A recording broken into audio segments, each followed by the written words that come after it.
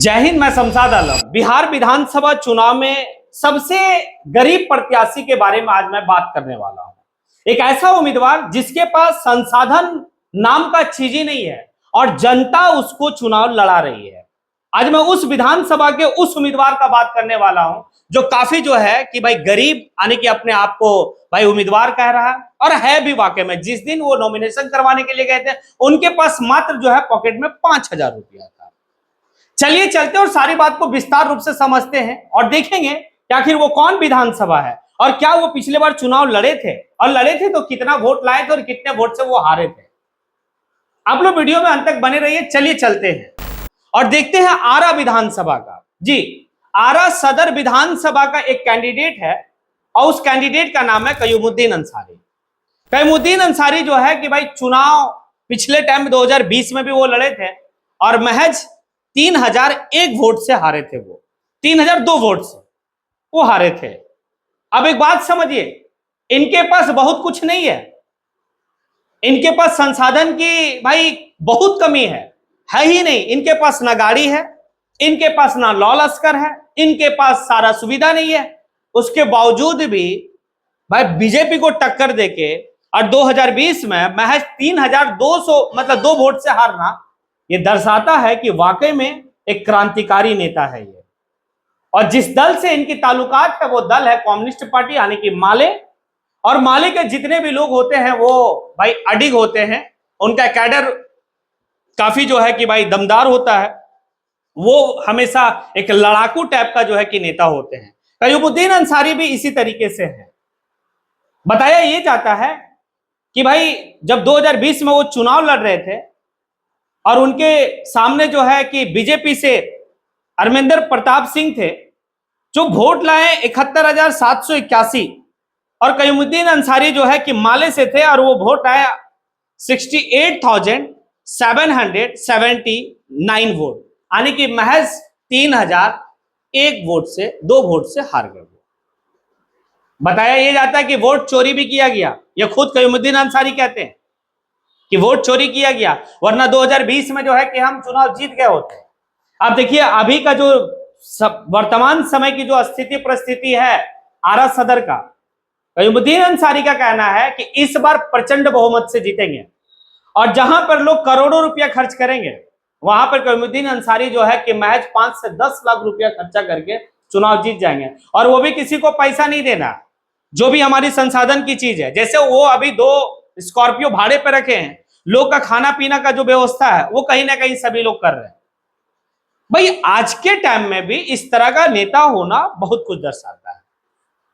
अगर ऐसा नेता सदन नहीं पहुंच रहा तो यह भी एक सोचने का बात है, क्योंकि वहां का लोगों से जब जो है कि जानने का कोशिश किया गया तो पता यह चलता है कि आरा ग्रामीण क्षेत्र और आरा जो है कि अर्बन क्षेत्र यानी कि शहरी क्षेत्र के लोग इस बात को कहते हैं कि कयूमुद्दीन अंसारी एक ऐसे इंसान है जो हर गरीब और हर मजलूमों के साथ हमेशा खड़े रहते हैं। जब कोई लड़ाई होता है, जब किसी के साथ कोई मारपीट होता है तो जब उनको भाई बताया जाता है तो वो जो है कि आके खड़े होते हैं, हमारे लिए वो लड़ाई लड़ते हैं, हमारे लिए धरना लड़ते हैं, हमारे लिए आंदोलन करते हैं, ये सारा काम करते हैं। तो ऐसे उम्मीदवार को सदन में जानी चाहिए। अब ये है, अभी तो कुछ लोग का ये भी कहना है कि जो बीजेपी का लोग है ना, कुछ लोग बीजेपी का भी जो है कि इनको सपोर्ट कर रहे हैं और हर जाति हर धर्म के लोग जो है कि इनको सपोर्ट कर रहे हैं, क्योंकि ये लड़ाकू एक जो है कि नेता है। ये परवाह नहीं करते कि कल क्या होगा, बस ये सोचते हैं कि जनता के लिए हम कैसे जो है कि भाई लड़े, और वो बाकायदे लड़ रहे।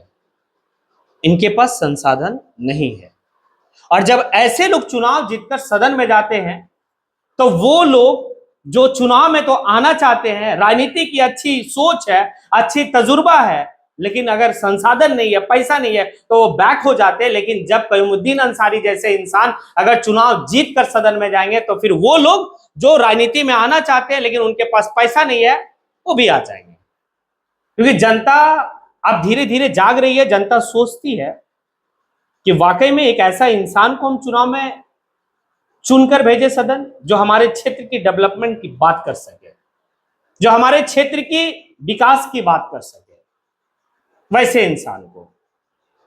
कयूमुद्दीन अंसारी जी का कहना है अगर आरा सदर की बात करें तो आरा सदर में ग्रामीण क्षेत्र और जो है कि अर्बन शहरी क्षेत्र, तो ग्रामीण क्षेत्र में वहां के किसान, वहां के मतलब वहां के युवा सब जो है कि त्राहिमाम है इस बीजेपी का विधायक से, क्योंकि बीजेपी आज तक कुछ की नहीं है, क्योंकि वहां पर पानी नहीं है, वहां पर बिजली नहीं है। यानी कि एक बात बताइए, आज भी जो है कि किसी गांव में बिजली नहीं है, ये सोचने वाली बात है। और चलिए शहरी क्षेत्र में, तो शहरी क्षेत्र में डबल इंजन की सरकार नहीं, 4 इंजन की सरकार चल रही है। वो इस बात को कहते हैं, एक तो विधायक वहां का है बीजेपी से, दूसरा मेयर और डिप्टी मेयर बीजेपी से है, तीसरा जो है पटना में जो सरकार जो चल रही है वो बीजेपी की और जनता दल यूनाइटेड को मिलाकर, और भाई केंद्र में भी जो है कि भाई बीजेपी की। उसके बावजूद भी शहरी क्षेत्र में वहां के लोग गंदगी का मार्ग झेल रहे हैं, वहां का लोग बेहतर शिक्षा जो है कि उनके पास नहीं है, अच्छे से स्कूल कॉलेज नहीं है।